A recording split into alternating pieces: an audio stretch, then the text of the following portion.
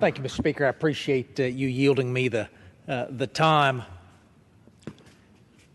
We see so much on TV. I was watching the President's press conference a little while ago. We see so much discord out there. And this time that we have in the afternoon to really delve deep into the issues is so valuable to me. It's one of the only times that the American people get to see us delving deeply into the issues. You and I know that we're in the committee room, we're behind closed doors in a bipartisan way, grappling with all of the hardest issues that face American families, but folks don't see it. They don't feel it. And why it is we celebrate the discord instead of celebrating the discourse is a mystery to me. I bring, Mr. Speaker, today some stories about the Affordable Care Act from my district at home, and it's not going to be a surprise to you. These are stories of challenges in Cumming, Georgia. It's up in Forsyth County, Georgia, just north of Atlanta.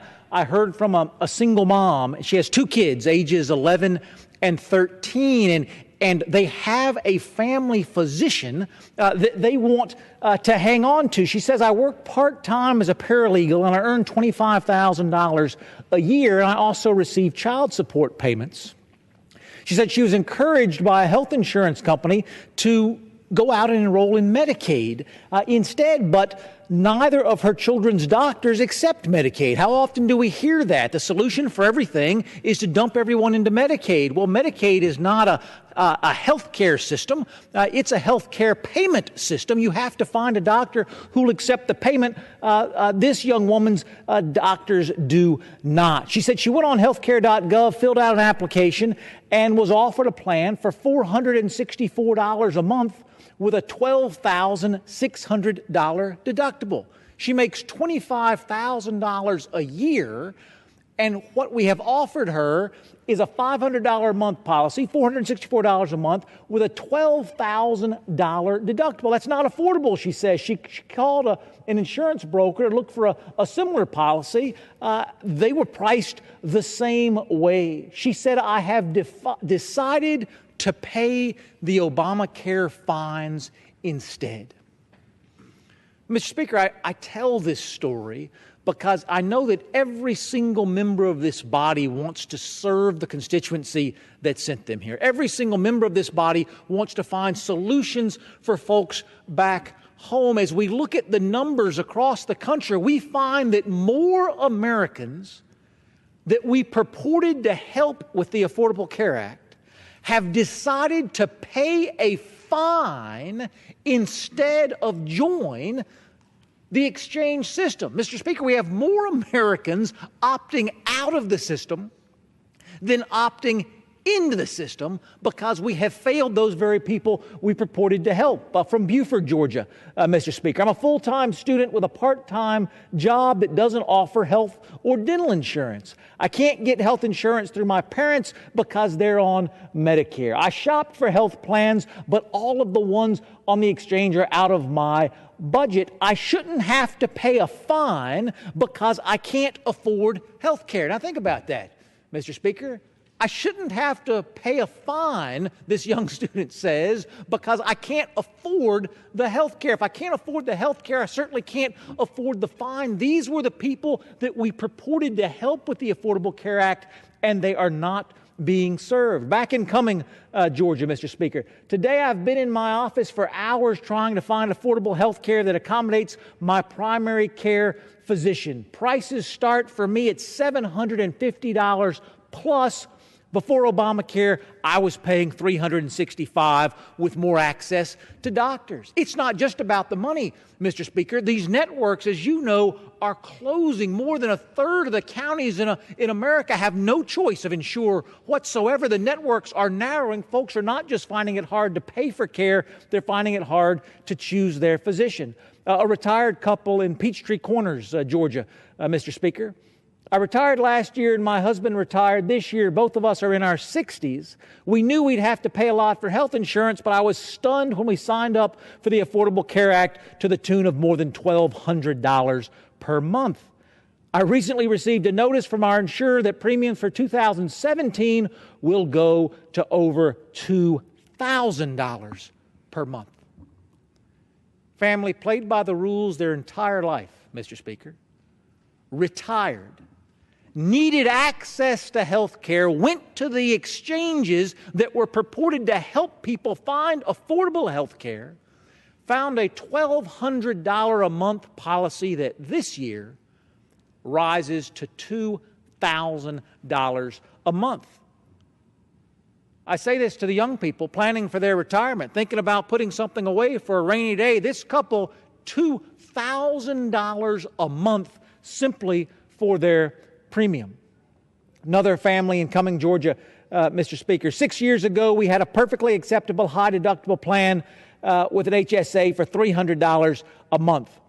As Obamacare has been implemented, it has gone from $300 to $450 to $750 to $950 per month, and our only remaining option is a $1,450 per month plan that provides effectively the same coverage.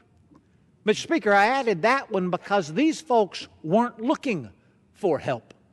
These folks weren't uninsured. These folks didn't have a problem finding insurance. They had it under control themselves, and in the name of helping the uninsured, the Affordable Care Act came in, re-regulated the entire insurance industry, even for people who already had health care, and drove this family's premiums from $300 a month to $1,400 a month. Mr. Speaker, who defends these things? Who defends these things? I tell you, I will not have a colleague from the Democratic side or the Republican side who would say any of these consequences were intended when the Affordable Care Act was passed. They might have been inevitable, but they were not intended. So we can agree there's a problem.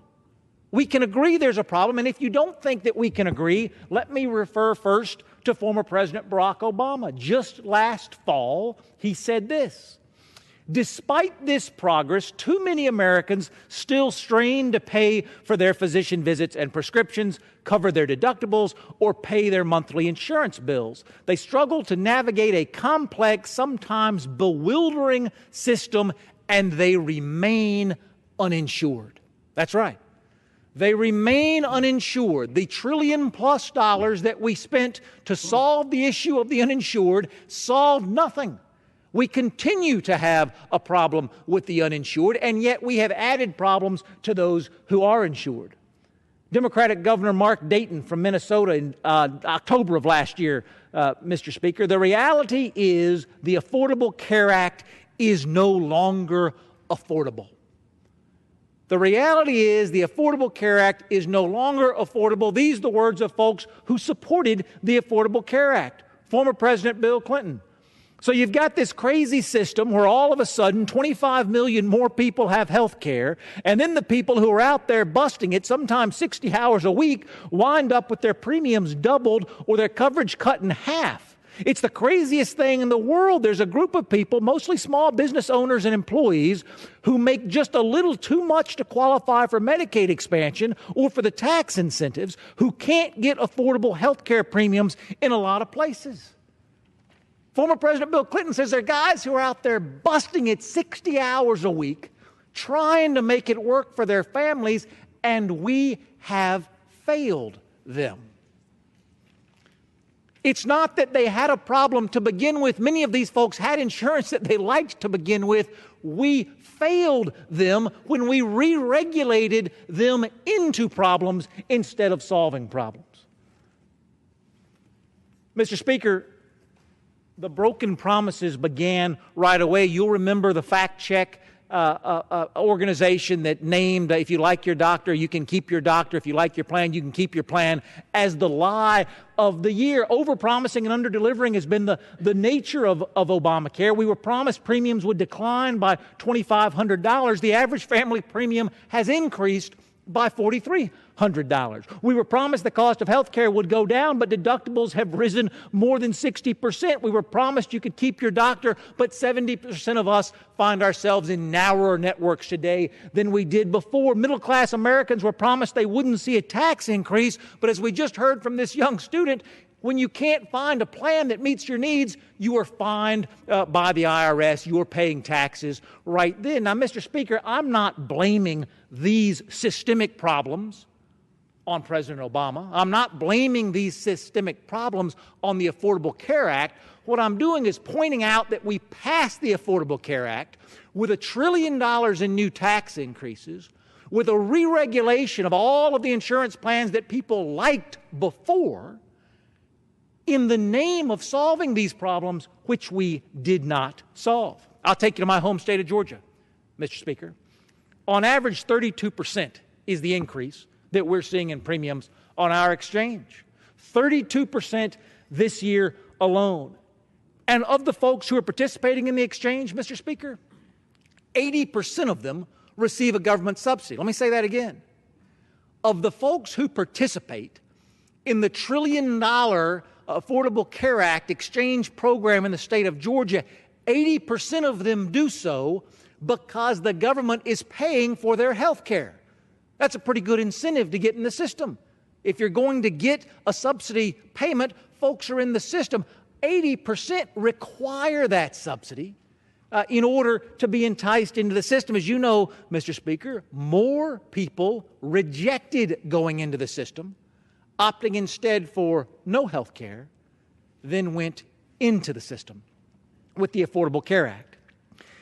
The average wage earner in Georgia, Mr. Speaker, gets no subsidy from the government. 400% of the poverty line, as you know, is where that subsidy kicks in. That's about $48,000 a year in the state of Georgia. I'm telling you, if you earn $48,000 a year, you have bills and obligations and responsibilities, and you find yourself in one of these $2,000 a month premium situations that this retired couple in Georgia did. You cannot afford health insurance, or at least you cannot afford the health insurance that the government today is requiring that you have. Now let's think about those requirements, Mr. Speaker. The government, in its wisdom, decided it was going to force folks into plans that it deemed appropriate. Many of those came in the form of health care co-ops. It was certainly a reasonable idea. Let's allow folks in states back home to join together and provide health insurance. We sucked folks into those co-ops, Mr. Speaker. Again, an unsustainable system, this death spiral of Obamacare. 1 million folks were sucked into co-ops that went belly up, Mr. Speaker. They lost their insurance once when the Obamacare came into business. They lost their insurance again when these co-ops failed. As you can see on this map, the orange co-ops have failed. Only a few remain in business today. It remains to be seen if they'll make it through the year. When we talk about choice, Mr. Speaker, 5 states have only one insurer in the exchange.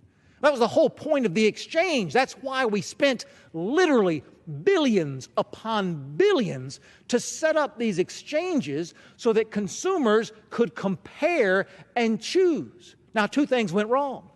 Number 1, we set up this list of mandates that every insurance plan had to comply with, which disincentivized folks to join those plans to begin with. And then number 2, by setting up what you had to have in a plan, you by definition restricted the choice of individuals to choose what they want. So you end up with 5 states with only one insurer under Obamacare. Now, that's before the announcement this week from Humana that it's withdrawing from all of the Obamacare plans at the end of 2017. That was before the announcement this week from the Aetna CEO that he sees the death spiral that Obamacare is involved in, his words, and it remains to be seen whether they will participate next year or not.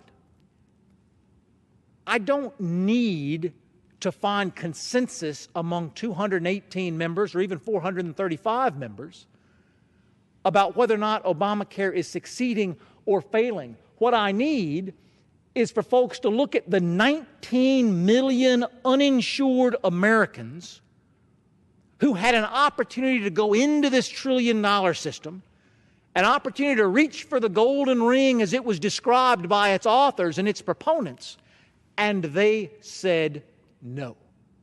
They said it doesn't work for me. They said it's not the right thing for me. They said it doesn't fit into my family's needs and desires and expectations. Of these 19 million, Mr. Speaker, 6.5 paid a tax penalty. 6.5 million Americans failed by their government in a $1 trillion health care re-regulation, failed by their government in an expansion through Obamacare and Medicaid, and failed by their government yet again when they received a bill because the $1 trillion program we put together didn't work for them and their family. Can't we agree that if our goal was to solve the problem of the uninsured American, that having 19 million Americans who would rather stay uninsured than participate in the Affordable Care Act is the definition of failure? We can do better. And there is a better way, Mr. Speaker. Let there be no mistake about that. I know there's a lot of anxiety out there, and I don't want to minimize that. Fear is a corrosive emotion to have, and I want to do my very best to allay the fear of anyone in America, Mr. Speaker, who is benefiting from the Affordable Care Act. As these numbers have demonstrated, there are not many.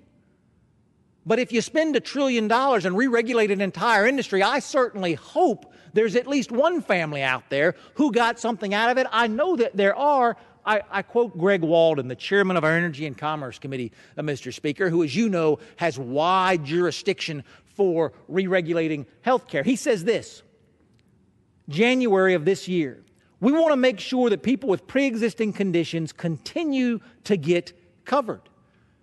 Mr. Speaker, it's a myth that Congress didn't care about pre-existing conditions. It was Republicans in Congress, led by Republican Newt Gingrich from the great state of Georgia, who abolished pre-existing conditions in every federally regulated plan back in 1996. He did that in partnership with Bill Clinton.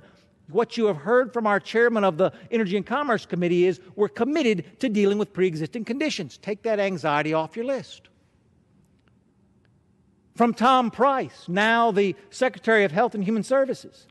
Nobody's interested in pulling the rug out from under anybody. We believe that it's absolutely imperative that individuals that have health care be able to keep health coverage and move hopefully to greater choices and opportunities for them to gain the kind of coverage that they want for themselves and their families. There's been a lot of talk about individuals losing health care. That's not our goal, nor is it our desire, nor is it our plan. The new Secretary of Health and Human Services said that this year. Now, Mr. Speaker, I don't want to overpromise and underdeliver. Obamacare is failing. The exchanges are failing. Insurance companies are leaving. Plans are being canceled. I am not saying if you like your plan, you can keep it. Because your plan may be one of the overly regulated, overly priced plans that is collapsing across this country. What I am saying to you is our commitment is to help and not hurt in that area. I cannot prevent Obamacare from failing. I cannot prevent your plan from going away, but I can provide an off-ramp for you and your family so that you can find, as Secretary Price says, better choices and better opportunities. From the United States Senate, Mr. Speaker, Majority Leader Mitch McConnell, there will be a stable transition period, and once the repeal is passed, we will turn to replacement policies that cost less and work better than what we have now. Some contend that by fulfilling our promise to the American people, we're somehow going to go back to the way things were before Obamacare, which we all know is untrue. If your family has grappled with pre-existing conditions because your state didn't address it the same way the federal government did back in 1996, folks are committed, if you're playing by the rules, to stick with you and your family through this transition. If your family benefits from the raising of the lifetime caps that was a part of the Affordable Care Act, you've won that debate. You needn't worry as we go through this transition. If you like the fact that your kids are unemployed and staying on your policy until they're 26 years old, I think you've won that debate. I think that's absolutely going to be a part of our conversation in this transition. If you have a fear, if you have a worry, if you have a concern, I don't want to minimize it. I want to allay it, but come and share it with your member of Congress, share it with your United States Senator. We have a group of leaders committed to addressing those concerns. And finally, Paul Ryan, our Speaker of the House. We can and should have a system in this country where everybody can have access to affordable health care, including people with pre-existing conditions. there are things that unite us in this body. And one of those things is caring for people, caring about people, wanting folks to get a fair shake. If you've played by the rules, you deserve a fair shake. That brings us all together in this institution. And I don't want any family to find themselves in fear that they're being forgotten in this transition. But there is a very real fear that if you are in an Affordable Care Act plan today, that plan will fail.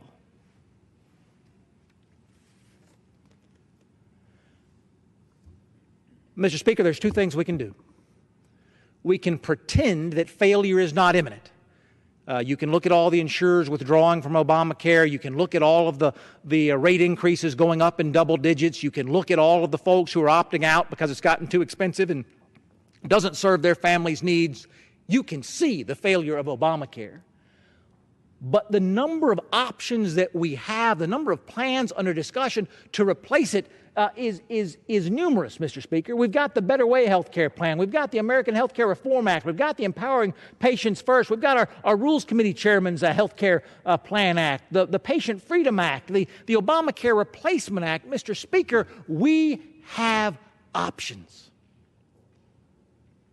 To begin to get to those options, we need to be honest with ourselves, whether we opposed Obamacare from the beginning or whether we hoped it was going to be the best thing since sliced bread, that Obamacare has failed. And with that recognition, we can repeal those costly mandates. We can repeal those constrictive agreements. We can repeal those things that have isolated us from choice, that have separated us from our doctors, and we can begin to restore a patient-centered, family-first system. Mr. Speaker, I have no doubt that you are a smart man. I have no doubt that you work hard from dawn till dusk every day, but no matter how hard you work, I promise you, you will not know better than the families in my district which health care plan is best for them. And I appreciate you not trying to second-guess them. I cannot make everybody in America happy, Mr. Speaker, but I can give everybody in America the choice to make themselves happy. I can empower families in America to make their own choices, their own decisions about what works best for them. Put your mind at ease. For folks who have concerns, we hear you. For folks who've been hurt, we're coming for you. And for folks who know there's a better way, we stand with you. It's going to be a long spring and summer, Mr. Speaker, because this is only heavy lifting. But it's the right thing to do, and we've got the right group of men and women here to do it. And I thank you for spending the time with me this afternoon to discuss it. With that, I yield back the balance.